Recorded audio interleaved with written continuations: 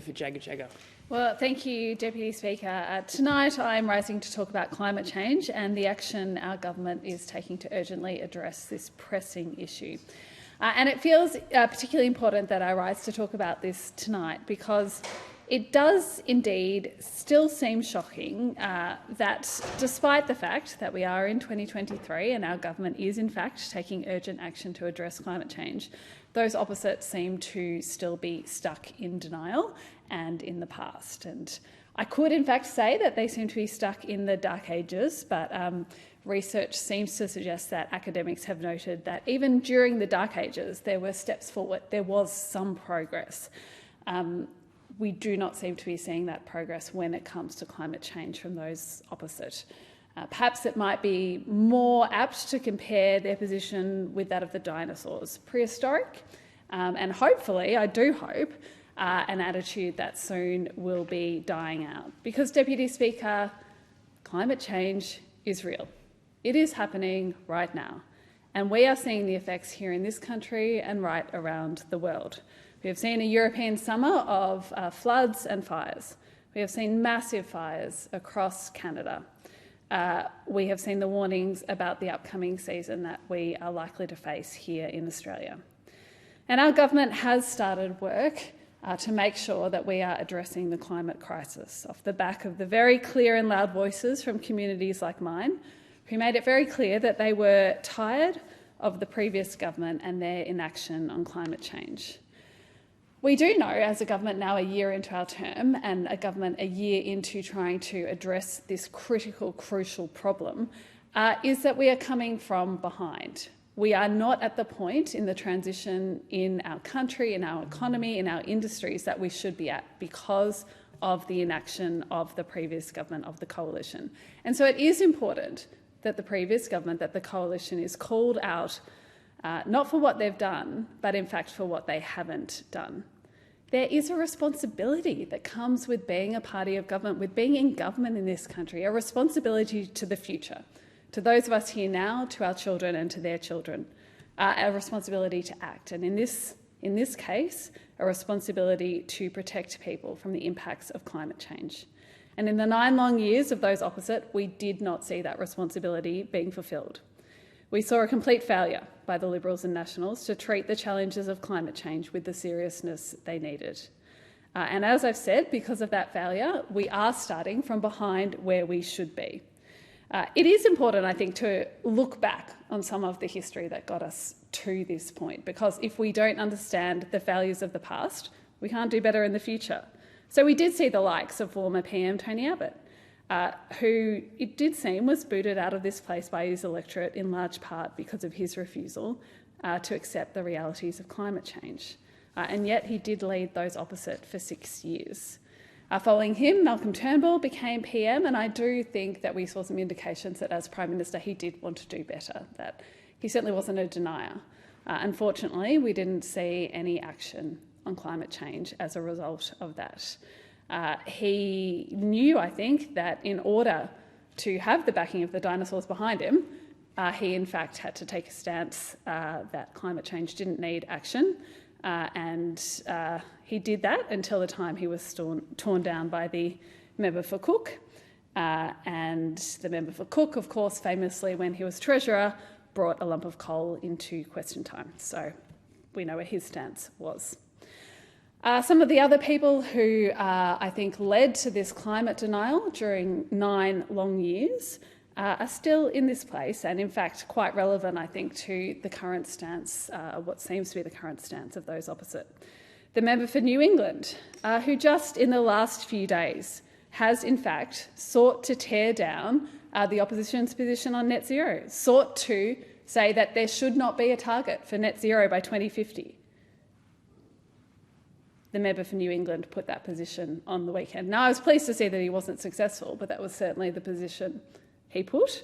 And that is obviously the member has been the leader of the Nationals, still, I would presume, has some influence over the stance of the party more broadly. Other members, Senator Canavan, who in the lead up to the 2022 election said the net zero thing is all sort of dead anyway. Senator Rennick, who's called climate change junk science. The member for Flynn, who said during the election campaign that the then government's, the previous government's, net zero policy had some wiggle room. None of these are in fact, none of them are at all statements or stances that give you any consolation that those opposite understand the urgency of what's before us, that they understand and are prepared to step up and support the efforts that this country needs to take to transition to being a renewable energy superpower, to transition to the future that we all need. When we look at those opposite, we see dinosaurs, we see climate deniers here, there and everywhere. And it is disappointing that even in opposition, they don't seem to have been able to revisit that thinking and to realise the urgency of what has to happen now. Deputy Speaker, we also have the member for Fairfax opposite. In fact, the member for Fairfax is now the Shadow Minister for Climate Change and Energy. His fixation is nuclear energy. Again, interestingly, as he pushes nuclear energy, he seems to be getting some of the facts around nuclear energy wrong. He has claimed that Canada gets 60% of its electricity from nuclear. In fact, Canada gets 60% of its electricity from renewable hydroelectric power. Canada gets just 15% of its electricity from nuclear power. Again, all the experts tell us that nuclear is not the way forward for Australia.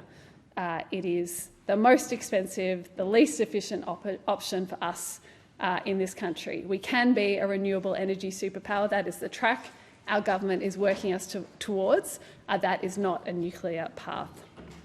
So the approach our government has been taking to addressing climate change could not be more different from those opposite. We do recognise that this is a crisis that Australia and the rest of the world must act on, and we are acting urgently. We have legislated our emissions reduction targets, 43% by 2030 and net zero by 2050. We put these in law because we know how important it is that this government works towards them for the future of our country, for the future of the planet. In legislating these targets, we demonstrated how seriously we do take climate change and the need to provide the certainty that comes with that for that transition. We're committed to a national renewable electricity target of 82% by 2030, and we've committed more than $40 billion to make this happen. We do know that communities, businesses and industry want to make the switch to renewables, and so many already have, and the work now is to transition further. With this government, businesses, industries, communities have a partner who shares their drive, their want to see real action on climate change. And so we will continue to work to boost investment in renewables and clean energy technology. As I've said a number of times, our future is as a renewable energy superpower. There will be good jobs, a good future for Australia, and our government is guiding us towards that. We have, of course, put in place our safeguard mechanism, which will see our country's biggest emitters making a proportionate contribution, working to meet our emissions reduction targets. In the mechanism is a credits program for offsets, and with it an incentive for those businesses that go over and above in their emissions reduction. And this will spur onwards new innovations in how we can utilise clean technology as we tackle emissions. Deputy Speaker, our government is charging ahead with making it easier for people to switch to an electric vehicle. And I know in my community so many people are keen to do this, and I have seen, as I'm driving around, more and more electric vehicles on the road. Our electric car discount policy has provided a fringe benefits tax exemption that has encouraged greater take-up of EVs. We're rolling out 117 EV fast chargers along national highways, helping to close those existing gaps in the network. So I am pleased, as I said, to see more and more EVs on the road, and I know this will continue to grow. Because, Deputy Speaker, our communities want to be part of the change. They know that the future is renewable. They know that to put our country on a sustainable future, climate change is real and it has to be addressed. They want a sensible, grown-up government that is taking this urgent problem seriously.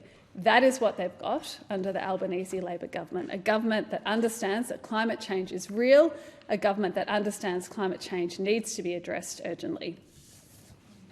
I thank the member